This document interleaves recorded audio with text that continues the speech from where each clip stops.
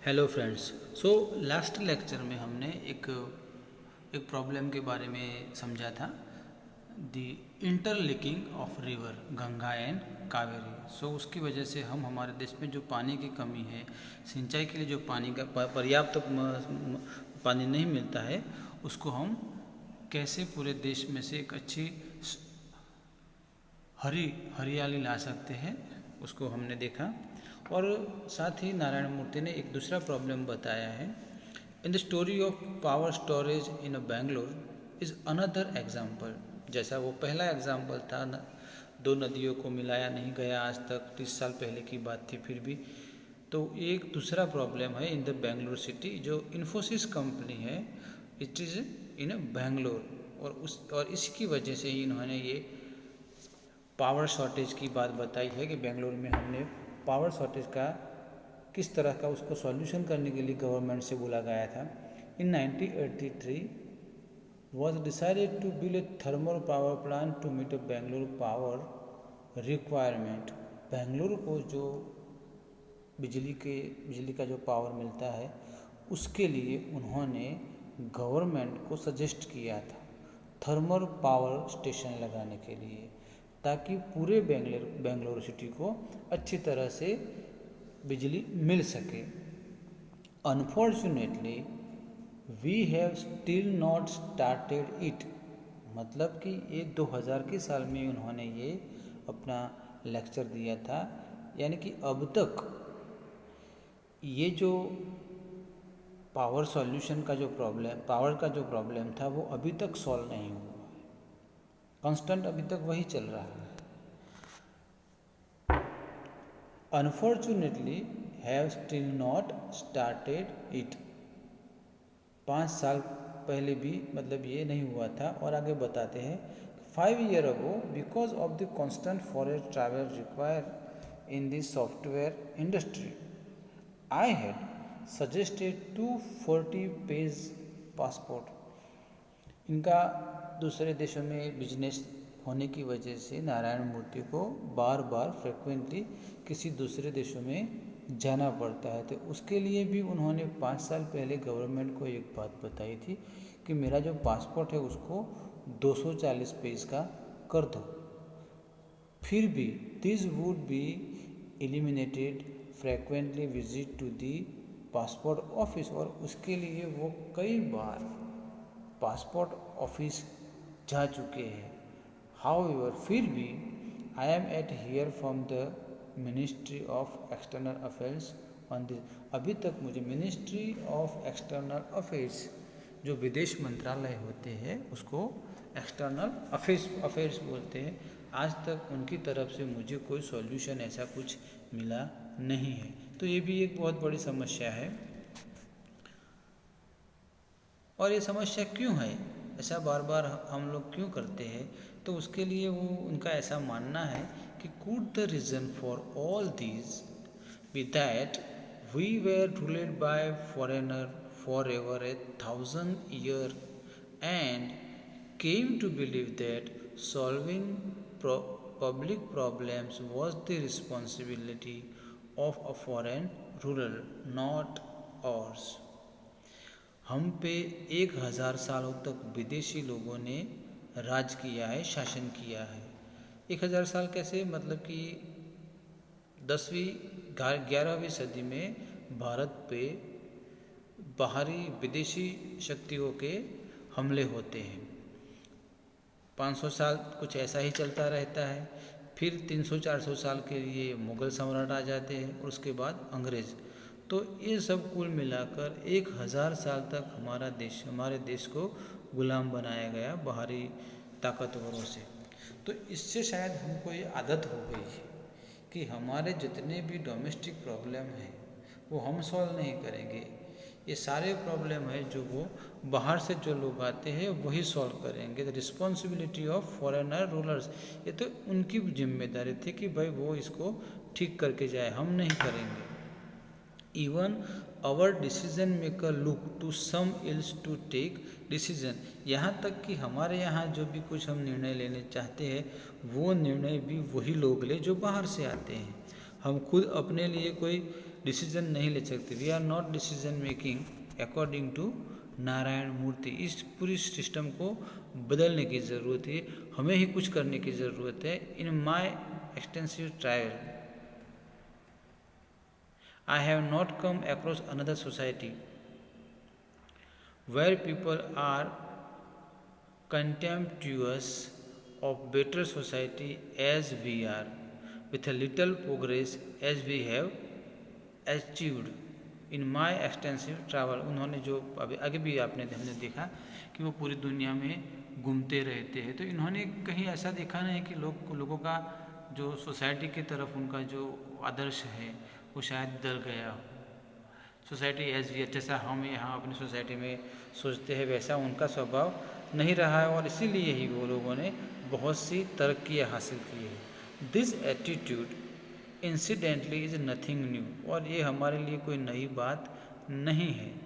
Al Biruni the noted 11th century, Al Biruni वो एक अच्छे लॉजिशियन और ट्रैवलर रहे थे जो भारत में आए थे। उन्होंने यहाँ 20 साल निकाले हैं, about 20 year in India, refer to this state, और उन्होंने हमारी जो क्वालिटी है उसके बारे में भी कुछ बताया कि इंडियन लोग इंडियन पीपल्स हाउ बिकम वर्कलेस और by the very hard worker. ये उन्होंने अपनी एक किताब में जो बताया है, जो 11th सेंचुरी में यहाँ आए थे, इसका भी उन्होंने यहाँ जिक्र किया है। ऐसा ही नहीं कि हमें कुछ क्वालिटी आई नहीं, साथ ही साथ उन्होंने ये भी कहा है, if we want to progress we must listen to and learn from people who have perform better than us. अगर हमें आगे बढ़ना है, देश को अच्छा और बेहतर बनाना है, तो हमें सुनने की आदत डालनी पड़ेगी। जो बाहर मतलब जो वेस्ट लोग क्या सोचते हैं उसको हमें समझने की ज़रूरत है, उसके बाद ही हमें परफॉर्म करना पड़ेगा कि हम अपने देश को कैसे अच्छा बना सकते हैं। Another attribute we must learn from the west is accountability. Accountability का मतलब होता है उत्तरदायित्व, यानी कि रिस्पॉन्सिबिलिटी। जैसे कि एक फैमिली में सबकी कोई ना कोई रिस्पॉन्सिबिलिटी होती है कि जो पेरेंट्स है उनकी तरफ आपकी क्या रिस्पॉन्सिबिलिटी है, ऐसी तरह भारत माता की तरफ आपकी क्या रिस्पॉन्सिबिलिटी है, क्या अकाउंटेबिलिटी है, इसके बारे में कहते हैं। Another attribute we must learn from the west is accountability. There you are held responsible for what you do irrespective of your position. However, in India, the more important you are, ये बड़ी सबसे हमारी बात रही है कि how important you are, आपका अपना कितना इम्पोर्टेंस है, the less answerable you become, और आप कितना बिन जवाबदेही दिन ब दिन बनते जाते हैं। आपको जो जिम्मेदारी दी जाती है उसका आप किस तरह से उसको अमल में लाते हैं, किस तरह उसको ड्यूटी में बदलते हैं, ये बात आपको सीखने की ज़रूरत है फ्रॉम द वेस्टर्न वर्ल्ड। और साथ ही उन्होंने यहाँ एक और एग्जाम्पल बताया है, ये सारे एग्जाम्पल आप याद रखिएगा। यहाँ एक और एग्जाम्पल बताया, senior politician once declared that he forget to file his tax return for 10 consecutive year. कोई सीनियर पॉलिटिशियंस ने ऐसा कहा कि मैं अपना पिछले 10 सालों से लगातार, कंसेक्यूटिव यानी कि लगातार 1 by 1, पिछले 10 सालों से मैंने अपना टैक्स रिटर्न ही नहीं किया गवर्नमेंट को। मैंने 10 साल से गवर्नमेंट को टैक्स ही नहीं दिया। ये तो ठीक है कि इन्होंने बता दिया, ऐसे और भी कितने लोग होंगे जिन्होंने अपना टैक्स पे ही नहीं किया होगा गवर्नमेंट को, जबकि उनकी हर साल इनकम बढ़ती ही जाती है। And got away with it, और ये सब चला गया, किसी को पता ही नहीं है कि कौन क्या कर रहा है। वैसे भी हमारे देश में 5-10% ही लोग टैक्स पे करते हैं, बाकी 90% तो ऐसे ही कुछ ज़्यादा इनकम होने की वजह से भी। हमारे यहाँ तकरीबन 10% से के आसपास के से लोग फॉरेन टूर कर चुके हैं, जबकि टैक्स पे देने वालों की संख्या उससे भी बहुत कम रहती है। Although there are over 1000 loss making public sector units belonging to the central government. ऐसे 1000 कंपनियां बनाई है गवर्नमेंट ने जो पब्लिक सेक्टर के लिए होती है, जैसे कि जो कॉरपोरेशन डिपार्टमेंट होते हैं, ऐसे 100 loss making public sector units बनाए हैं जो सेंट्रल गवर्नमेंट के साथ जुड़े हुए हैं और वो लगातार लॉस ही करते हैं। I have not seen action taken against top manager for bad performance in this organisation. और मैंने आज तक ये देखा नहीं है कि इतनी लॉस करने वाली ऑर्गेनाइजेशन के खिलाफ आज तक किसी के अगेंस्ट कोई भी एक्शन नहीं लिया जाता। ये सब मिली जुली सरकारें चलती है और ये अफसर लोग, ये अमलदार जो होती है, ब्यूरोक्रेसी, वो भी इनके साथ मिली हुई होती है, तो कोई किसी पे कोई एक्शन लेता ही नहीं है। और आगे बताते हैं डिग्निटी ऑफ लेबर।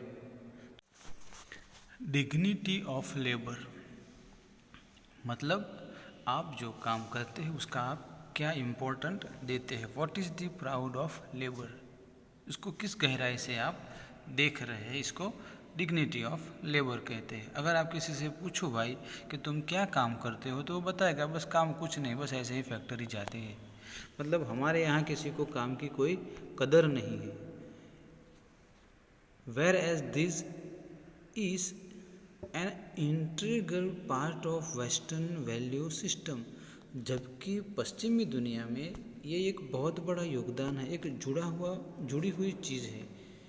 किसी भी सिस्टम को चलाने के लिए अगर लेबरशिप को ही आप नहीं समझेंगे तो वो पूरी सिस्टम ही ख़त्म हो जाती है। और ये जो लेबर से सिस्टम है, यानी उसको जो इम्पोर्टेंस देते हैं वहाँ लेबर को, वो एक इंटीग्रल पार्ट है, वहाँ पे एक जुड़ा हुआ पार्ट है वेस्टर्न वैल्यू सिस्टम में। जबकि in India we revere only supposedly intellectual work. Revere यानी रिस्पेक्ट, हम उन्हीं लोगों को सम्मान देते हैं जो बौद्धिक काम के साथ जुड़े हुए हैं। मतलब कि ऑफिस में अगर कोई बॉस है तो वही इम्पोर्टेंट है, क्योंकि उसके पास बुद्धि है, वो एक अच्छी सी चेयर में बैठा है, तो वही आदर के लायक है। बाकी जो लोग होते हैं वो इसके काबिल नहीं है, ऐसा हम समझते हैं, जबकि ऐसा होता नहीं है। I have seen many engineer fresh from college who only want to do cutting edge work and not work that it is of relevance to business and the country। मैंने ऐसे बहुत से इंजीनियर देखे हैं जो कॉलेज से ही अपना study ख़त्म करने के बाद बाहर निकले हों, लेकिन वो ऐसा ही काम करना चाहते हैं जिससे, ऐसा काम करना नहीं चाहते जिससे हमारे देश को कोई फ़ायदा हो, हमारे देश को कोई अच्छा सा मुनाफा हो, ऐसा कोई काम नहीं करना चाहते। Not relevance to business and the country, देश को कोई फ़ायदा हो ऐसा वो काम करना नहीं चाहते हैं। क्योंकि इन्होंने ऐसे बहुत से स्टूडेंट्स को स्कॉलरशिप भी दी हुई थी, जिनको बताया था कि अगर आप ये काम करो तो इससे हमारे देश का भला हो सकता है। लेकिन हमारे यहाँ ऐसा होता नहीं, लोग पढ़ते हैं और उसके बाद दूसरे देशों में चले जाते हैं और अपने देश के लिए खास कुछ करने की कोशिश नहीं करते हैं। For anything to be run successfully everyone from the CEO to person who serve team. ये क्या है कि CEO मतलब होता है चीफ एग्जीक्यूटिव ऑफिसर। अगर आप सफल हैं, किसी को कोई भी व्यक्ति सफल होना चाहता है, everyone can successful from CEO to person who serve tea. हर किसी का अपना एक इम्पोर्टेंस होता है, फिर वो CEO हो या फिर वो चाय बांटने वाला एक आम आदमी ही क्यों ना हो, हर किसी का अपना एक इम्पोर्टेंस होता है। इसी से ही तो आप आगे बढ़ते हैं। हर किसी को अपनी जिम्मेदारी सही तरह से निभानी चाहिए। जो फ़र्ज बोलते हैं तो CEO का फ़र्ज़ अलग है, एक चाय बांटने वाले का फ़र्ज़ अलग है। इन दोनों को मिलके समझ के काम करने की ज़रूरत है। साथ में ये कहते हैं मस्ट डिस्चार्ज हीज और हर ड्यूटी इन रिस्पॉन्सिबल मैनर। आप जो काम कर रहे हैं उस ड्यूटी को सही तरह से आपको समझने की ज़रूरत है। और बहुत बड़ा उन्होंने एक यहाँ वर्ड यूज़ किया है, we therefore need a mind set that reverses. हमें हमारे दिमाग को एक माइंड सेट, एक अच्छी तरह से माइंड सेट कर देना पड़ेगा कि हमें किसकी इज्जत करनी है और किसकी नहीं करनी है। Every one who puts in honest work no matter what it is. हर आदमी, उसको जो काम दिया जाता है वो पूरी जिम्मेदारी से करे, ईमानदारी से करे, no matter what it is. और ये मैटर नहीं रखता है कि आप क्या काम कर रहे हैं। इसी से इन्होंने एग्जाम्पल भी दिया है कि आप CEO हो या चाय बांट रहे हो, आप अपना काम पूरी जिम्मेदारी से कीजिए, तभी जाके हम अपने देश के लिए कुछ कर सकते हैं। आगे बताते हैं प्रोफेशनलिज्म। मतलब हम जो बिजनेस करते हैं वो बिजनेस मतलब आपने सुना होगा वो कि भाई ये प्रोफेशन है, वो प्रोफेशन है। तो एक बिजनेस से जुड़ा वर्ड है प्रोफेशनलिज्म। आप क्या व्यवसाय कर रहे हैं उसके आधार पे। तो श्री मूर्ति कहते हैं, in the west people do not let personal relations interfere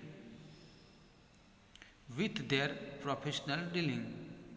अगर उनकी कुछ अंगत बाबत है, कोई पर्सनल रिलेशनशिप है, किसी के साथ फ्रेंडशिप है वैसे, तो वो सब बातें बिजनेस में मायने नहीं रखती है। बिजनेस फर्स्ट है, हम जो काम कर रहे हैं वो काम फर्स्ट है, हमारा जो रिलेशनशिप है वो अदर साइड है। लेकिन अभी हम जो व्यवसाय कर रहे हैं, जिस फील्ड से हम जुड़े हुए हैं, उस फील्ड में हमें किस तरह से काम करना है वो बहुत इम्पोर्टेंट होता है। They do not hesitate to justice a collegius for incompetence even if he is a friend। तो वो अपने जो एक दूसरे के साथ जो संबंध होते हैं उसको वो बीच में नहीं लाते, चाहे फिर वो उनका दोस्त ही क्यों ना हो। लेकिन दोस्त आप है वो अलग जगह है, कॉलेजेस आप अपने साथ काम करते हैं वो अलग है। लेकिन जिस काम के लिए हम यहाँ बैठे हैं वही काम सबसे इम्पोर्टेंट होता है, क्योंकि हमारा जो स्टैंडर्ड ऑफ टाइम है वो बहुत लेट चलता है। हम किसी के दूसरे के टाइम को भी इम्पोर्टेंट देते नहीं, we not respect for the time of others. इसीलिए हमें जो हमारा हिंदुस्तान का जो स्टैंडर्ड ऑफ टाइम है वो हमेशा लेट ही चलता है। और हमें जो काम जिस समय मर्यादा में दिया जाता है वो हम उसे पूरा भी नहीं कर पाते हैं। तो ये जो हमने यहाँ तक इतने पॉइंट देखे हैं,